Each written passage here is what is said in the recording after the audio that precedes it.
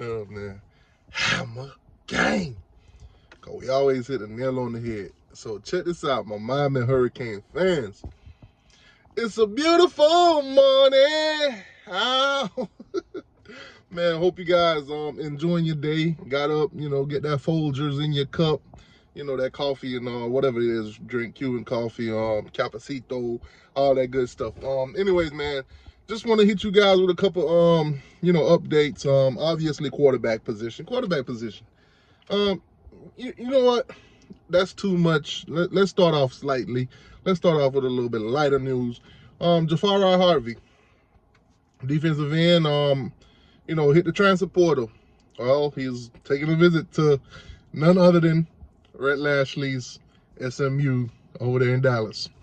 Who didn't see this coming? I mean, let's just be honest. Anybody that hit the transfer portal from the University of Miami that was a part of Manny Diaz's staff and crew and recruiting and all that good stuff, more than likely they'll take a visit to SMU because more than likely, Rhett Lashley and some of his staff probably had some, handling in their recruitment, or, they had a good relationship. Shout out to Lashley, nothing against him. Did some good things for Miami. So, yeah, Jafari Harvey will be taking a visit to SMU. Tyler Van Dyke news, quarterback news, updates. I'm hearing that Tyler Van Dyke will be taking a visit to none other than Wisconsin. As you guys know, Tyler Van Dyke is from Connecticut. So for him to take trips and visits to, any school that's up there in, that northern area, that cold area, he's from there. So it is what it is. Connecticut is cold.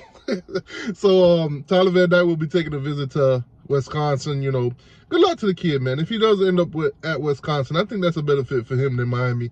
I don't think Tyler Van Dyke was really a Miami culture fit.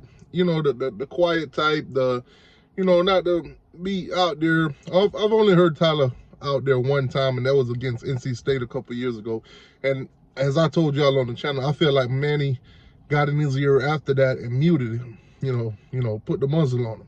But anyways, yeah. Speaking of Manny Diaz, the other night I reported to you guys that he was taking a trip to Duke to see if he could finalize being a new head coach for Duke. Well, that's finalized. Manny Diaz is the new head coach for Duke. So Miami versus Duke in the future will be Mario versus Manny Diaz. Mario, you better not lose. You better not lose, man. I can hear the critics. I can hear the chirps. I can hear the trolls coming. That's tough. Quarterback. Will Rogers, Mississippi State. Cam Cord, Washington State.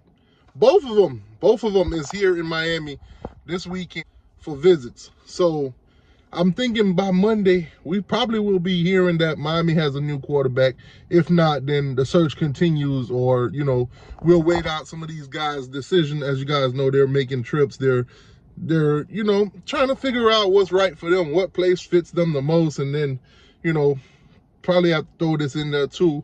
Which school is probably going to give them the most cash? It is what it is. Not saying that these two guys, that's what they're looking for, but you got to throw that out there too.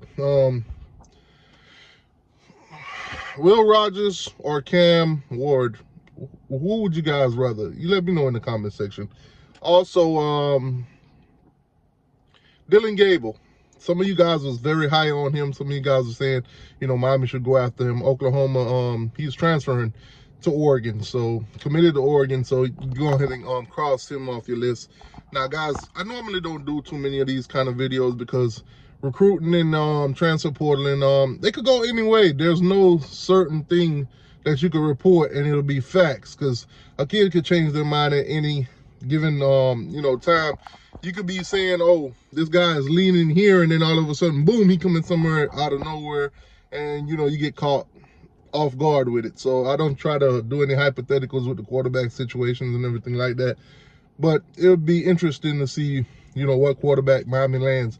Now, Kyle McCord from Ohio State and Flemings, Julian Flemings, one of the top rated wide receivers, they both hit the transfer portal from Ohio State.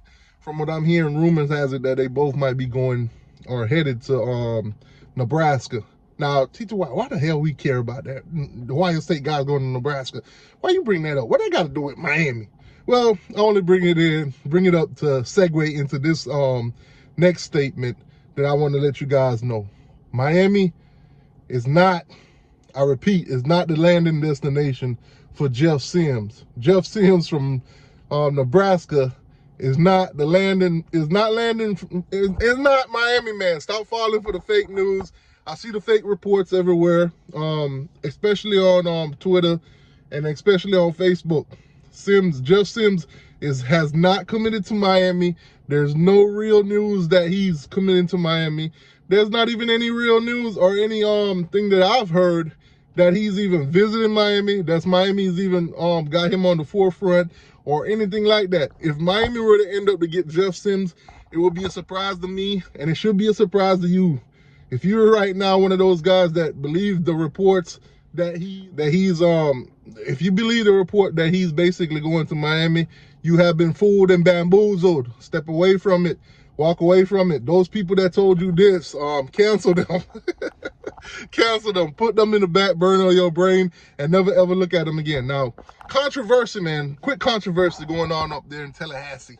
Apparently, the championship game, Brian Harline for the Ohio State Buckeyes, he was at that game, and yeah, he kind of made contact with Jeremiah Smith. Now, one of your FSU beat writers, one of my guys, that does YouTube, and I like the guy, but he man. He ratted. He posted it on Twitter, posted the pictures and everything like that. The fan base is mad at him because now they're saying it's gonna ruin their recruitment for Jeremiah Smith.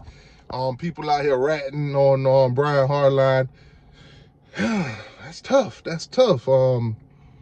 Saying he violated NCAA rules or whatever, this, that, and the third, by making contact with Jeremiah at the state game or whatever.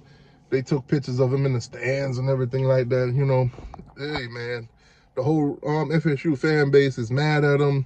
They're bringing up some stuff that I never even heard before, some KKK type stuff, some racist type stuff, and I don't want to get into none of that. But man, listen, if it don't benefit you, I'm gonna stay out of it.